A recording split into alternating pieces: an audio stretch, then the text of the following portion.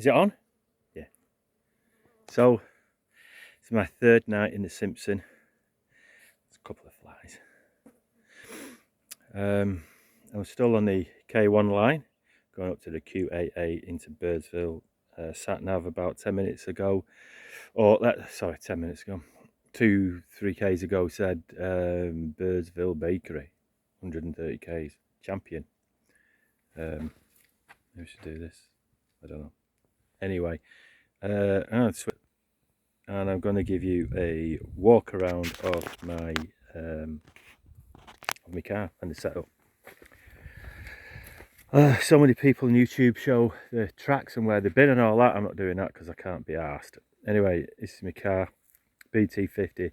Got a right rattle. It's been doing me head in the last 2 days. I don't know what it is. I think it could be the exhaust. But anyway, let's go with it's coming on the dark side. Get out the sun. Gravel roads, everything loose. So these are the tyres I've got. Geo Landar, which are Yokohama, and they are the XAT. So that's the 32-inch outside diameter, and in 265 70/17s, these are 3-ply.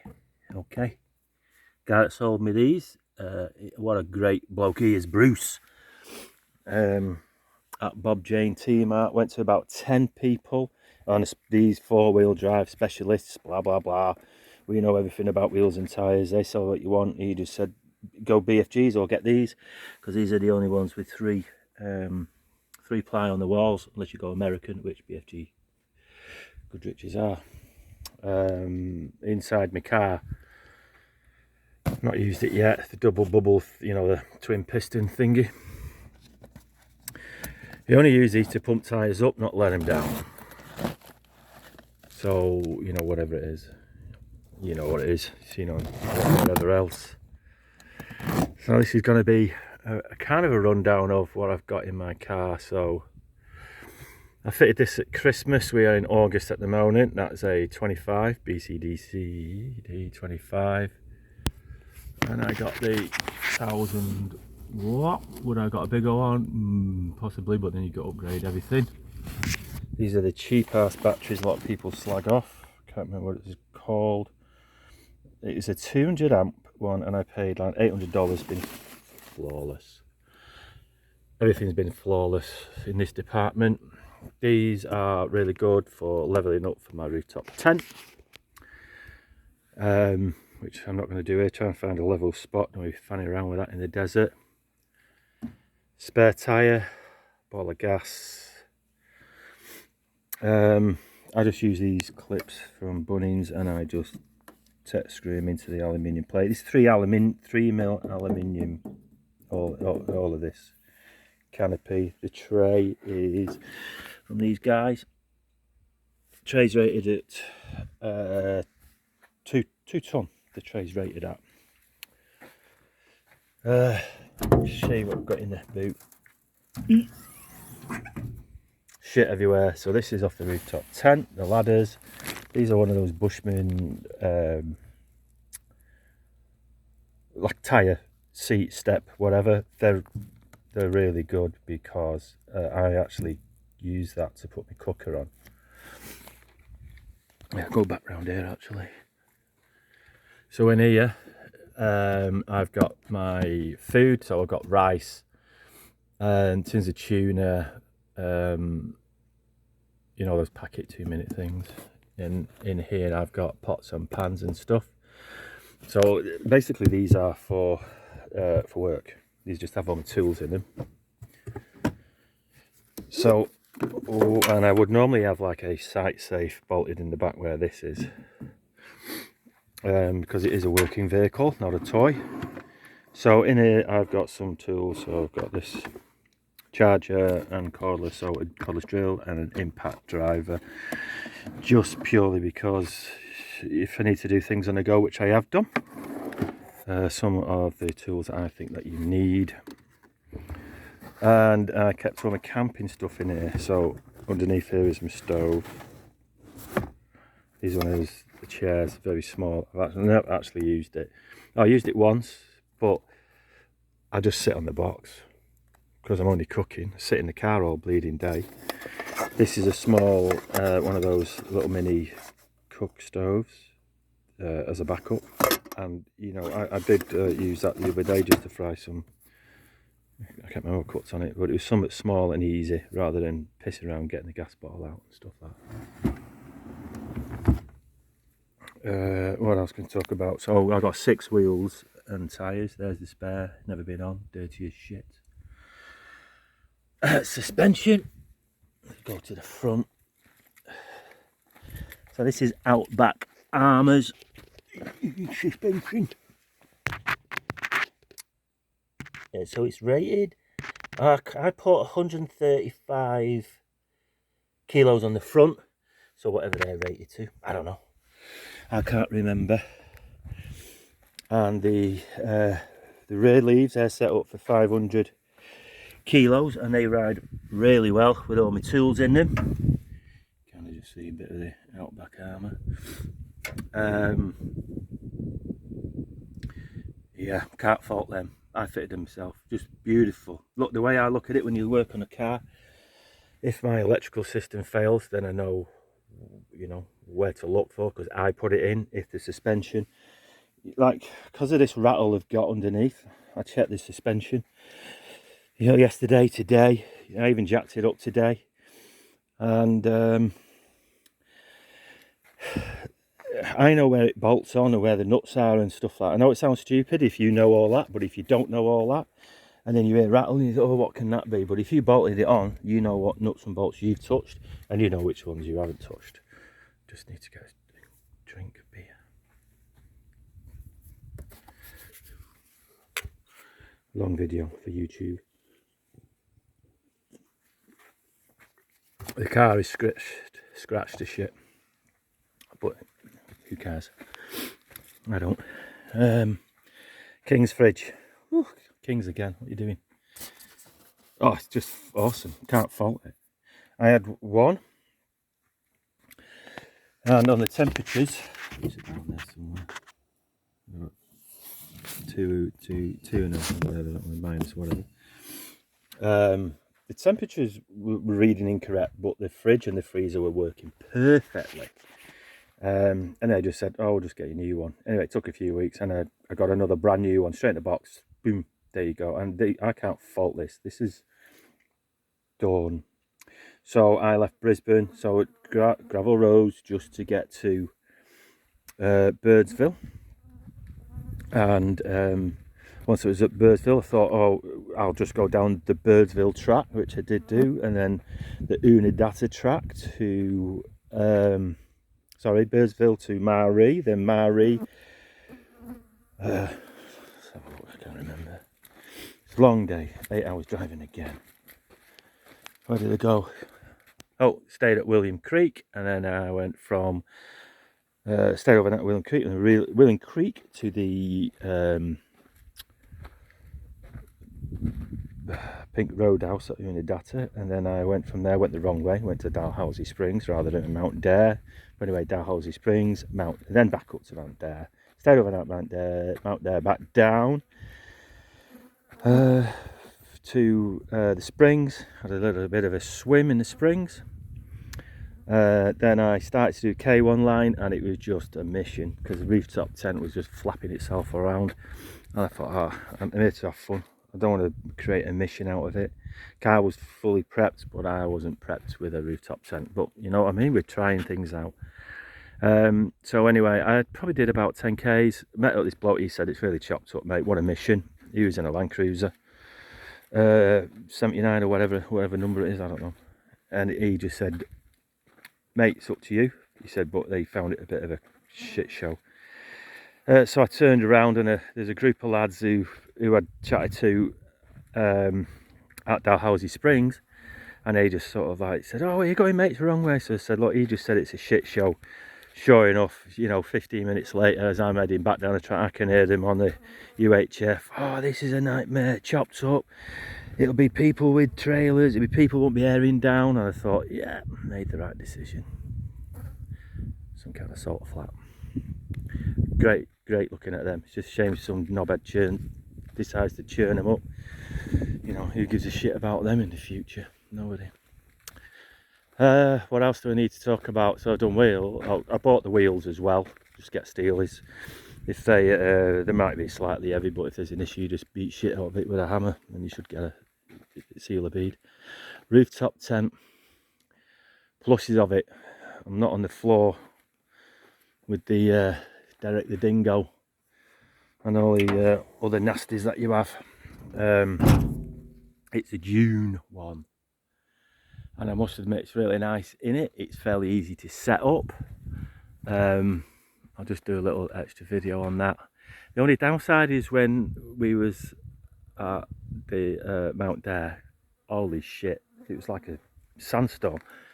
It was blowing like mad, and it actually folded down one of the I think it was the backside, it just folded down. It didn't slam down, it just thought, no, we don't like the wind, so I folded it down. Look, people packing their tents up and frantically trying to peg them down. It'd have to be 30-mile-an-hour gusts. Like, I went in the shower and I came out and I was like tangoed. I was just orange, just from all the wind and the dust. I was like, oh, never mind, that wasn't worthwhile doing. Yeah, the brackets are a bit ordinary, which I knew they would be. But anyway, I'll talk about that later. Fuel. So I built this frame here at Christmas when I was trying to figure shit out. So 80 litres in here. Now, let's have a look at where the weight's at.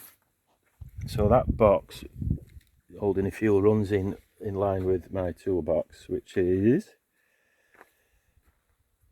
So it's not at the end of the chassis rail.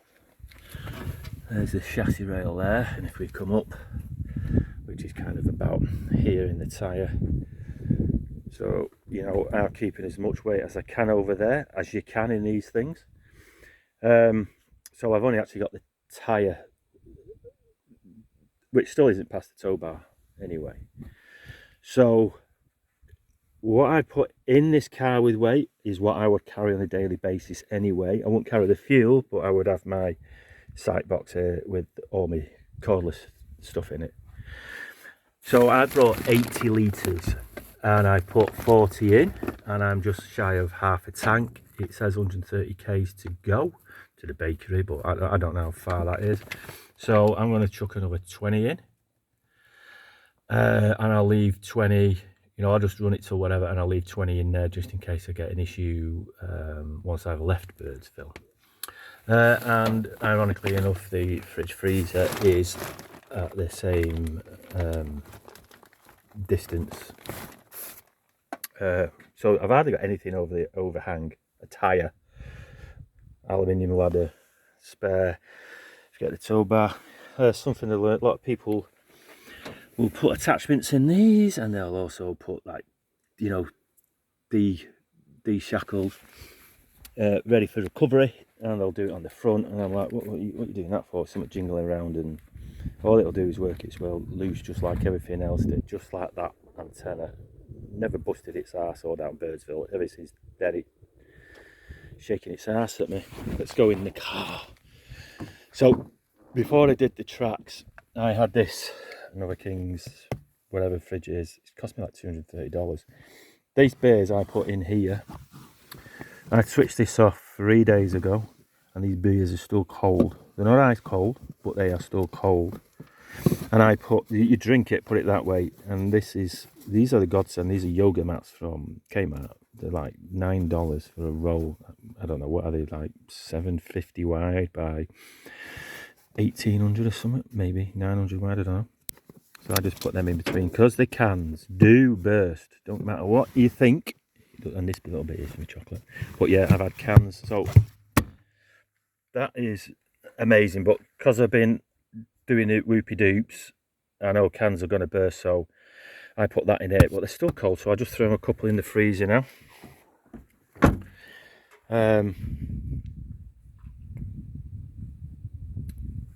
What did I do? Throw them in the freezer. Yeah, because just to give them an extra bit. But that originally did live here. That lived here. unstrapped, and it's tiggity boo, it's fine, as long as you're not off-roading. And I just kept that just for all my cold drinks. What have I learned? Do I need that? No. Would I bring it again? Probably not.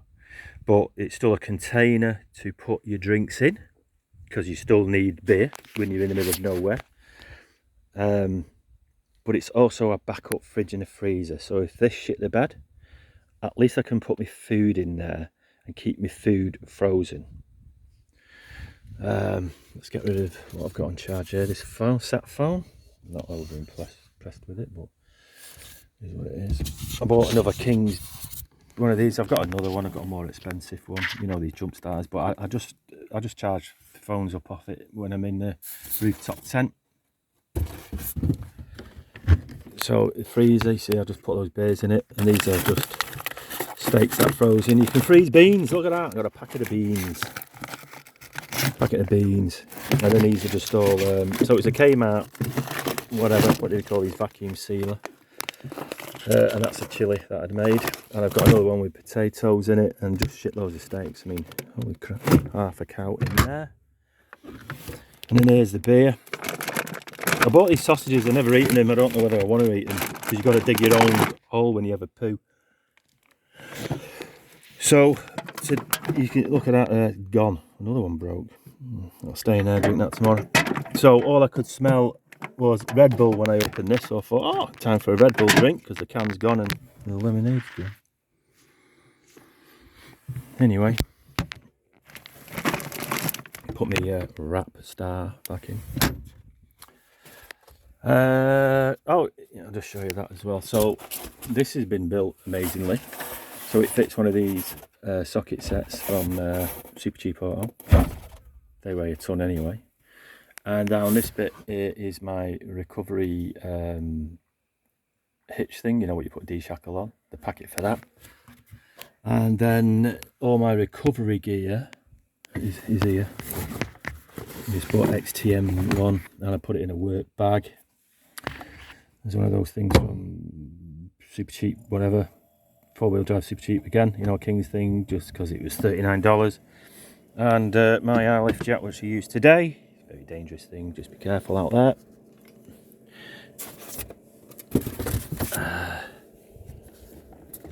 About it really.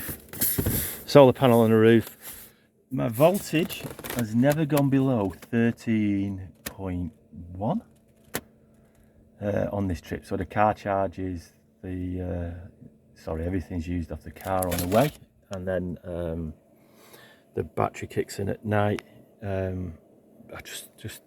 Yeah, all good stuff. XTM, better than King's. This is just better stuff, better, thicker gauge, and it was, you know, $20 better, more. Sorry, I thought I'd do that. I've only got one light on, which is this one. You know, don't really use it. I brought that light from the UK. I've had it donkey's years. To be honest, I was looking for something else and found it. Oh, that'll be handy, and I just glued it on there. What else can I say apart from I need another drink? Just put everything back. Nothing really. So all things being equal, I'll get to Birdsville tomorrow, which will be good. It'd be good to use my phone. One of these. I'll get one out of the fridge. Use my phone rather than this sat phone. I wouldn't say it was shit, but you know, we are going back to 1982, something like that, with its technology, and there's no reason for it in today's world. We all use satellites, don't we, for everything, even your navigation. Oh, make it. Anyway, I think it's time for me to get off. Go. Oh, look at this. I thought, buy a bag. Yeah, buy a bag. Everyone buys a bag. And all of a sudden, you're putting a bag around this in a bloody tin. Something that's hot anyway. I live in Brisbane, so don't always get cold. But I just thought it just kind of insulates all the seals, and it was free because it come with the box. Why wouldn't you want anything else?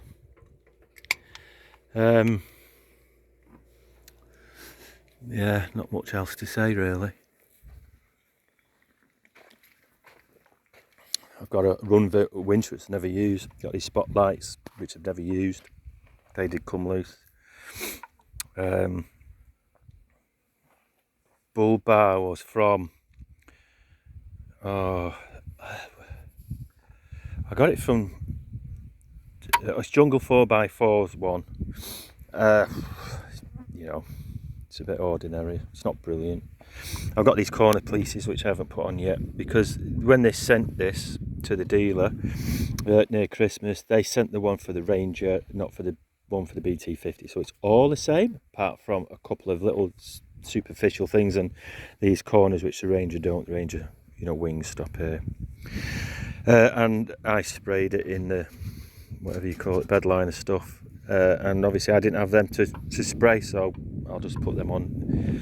Might be one of those things that I'll never do because I'll think I cannot be arsed. No. Anyway, it is what it is. It does its job. It's got built-in recovery points underneath there. And I sprayed the things red just because what the hell, and dechrome this because I know it just get chipped up to shit. But anyway, there you go. That's the BT50.